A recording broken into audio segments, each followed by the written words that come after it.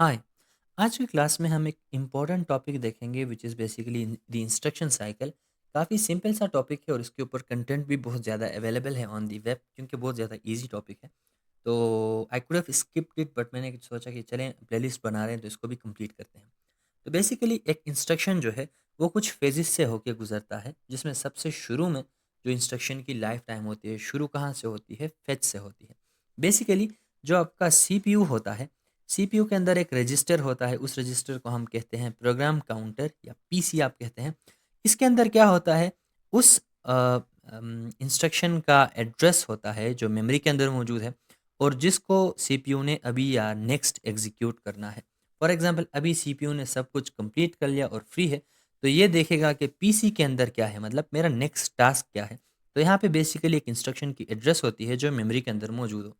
तो जो ही इसको ये एड्रेस मिलेगा तो ये उस एड्रेस से उस इंस्ट्रक्शन को क्या करेगा, फेच करेगा। फॉर एग्जांपल वो रैम के अंदर अगर मौजूद है, तो फॉर एग्जांपल मैंने यहाँ पे रैम बना रखा है। तो let's say if this is the CPU, तो यहाँ पे अगर ये इंस्ट्रक्शन मौजूद है आई 1 और लेट्स से दिस इज़ 002, तो यहाँ से इस इंस्ट्रक्शन को सीपीयू जो है वो फेच कर देगा और लाके किसी रजिस्टर के अंदर किसी जगह पे लाके स्टोर करेगा, सिंपली इसको फेच कर देगा।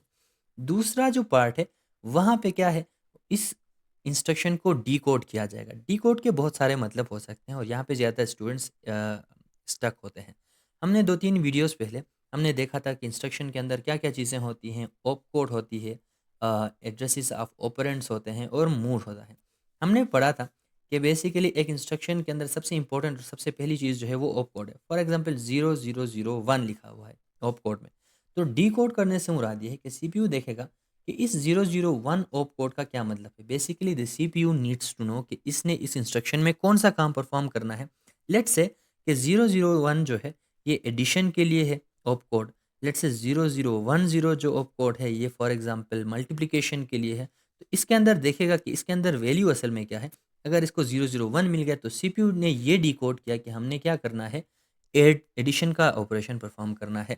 दूसरा सीपीयू को ये भी मिल गया कि कौन-कौन से एड्रेस यहाँ पे, क्योंकि ऑपरेंड्स एड्रेस होते हैं, तो इस सीपीयू को ये भी यहाँ पे डिकोड करते वक़्त पता चल गया कि कौन-कौन से डेटा के साथ इनने सीपीयू ने डील करना है।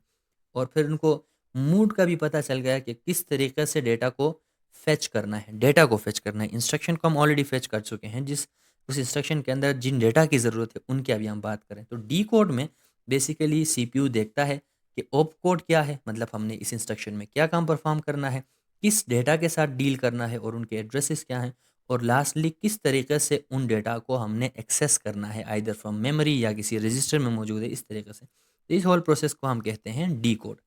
उसके बाद सीपीयू जो है मोस्टली एएलयू के ज़रिए उस ऑपरेशन को परफॉर्म करेगा या उस इंस्ट्रक्शन को एग्जीक्यूट करेगा, चाहे एडिशन हो, मल्टीप्लिकेशन हो, जो भी हो। और अगर कोई रिजल्ट वापस देना हो तो सीपीयू क्या करेगा, राइट बैक करेगा। तो इसको फर्दर समझने के लिए हम एक इंस्ट्रक्शन लेके चलते हैं। लेट्स से आई 1 पे जो इंस्ट्रक्शन है वो बेसिकली है कि एड R1 R2, मतलब रजिस्टर 1 और रजिस्टर 2 को आपने ऐड करना है। फॉर एग्जांपल ये इंस्ट्रक्शन यहाँ पे थी, सीपीयू ने पीसी में देखा कि इसको ये इंस्ट्रक्शन नेक्स्ट परफॉर्म करना है, तो ये इंस्ट्रक्शन जो है सबसे पहले सीपीयू फेच करेगा। ये इंस्ट्रक्शन जो है ये अभी सीपीयू के अंदर मौजूद है। दूसरा काम है इसको डिकोड करना। इसके कोड में, क्योंकि ये इस तरह से नहीं होगा, definitely it will be written in machine code like 001 इस तरह से। तो डिकोड किया जाएगा कि ऑप कोड क्या है, ऑप कोड पता चल गया कि ऐड करना है। और उसके बाद ऑपरेंड्स के एड्रेसेस देखे जाएँगे, कौन-कौन से डेटा हैं और उनके एड्रेसेस क्या-क्या हैं।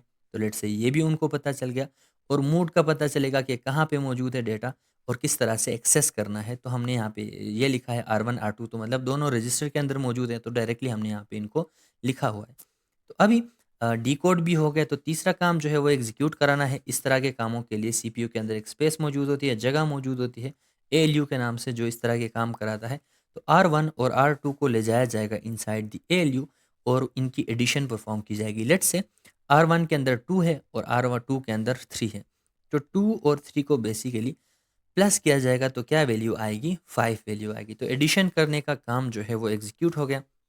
अगर कोई रिजल्ट आपने बेक करना है तो इस केस में ज़्यादातर क्या होता है, ज़्यादातर नहीं, हमेशा क्या होता है, जब आप R1 और R2 को ऐड करते हैं तो इनकी जो वैल्यू होती है वो वापस जाके R1 के अंदर स्टोर होती है। तो ये क्या करेगा, राइट बैक करते वक्त सीपीयू क्या करेगा, इस वैल्यू को ले जाके जो 5 रिजल्ट आया है R1 और R2 के सम से उसको क्या कर देगा, लाके R1 के अंदर वापस रख देगा। तो इसने क्या किया, अपने डेटा को राइट बैक किया।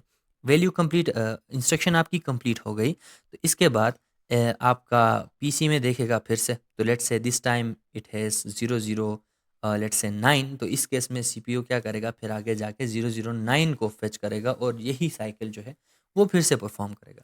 तो आई होप आपको ये साइकिल समझ आ गया with the help of an example. आपको समझ नहीं आया है या कोई क्वेश्चन है तो आप कमेंट करके बता सकते हैं।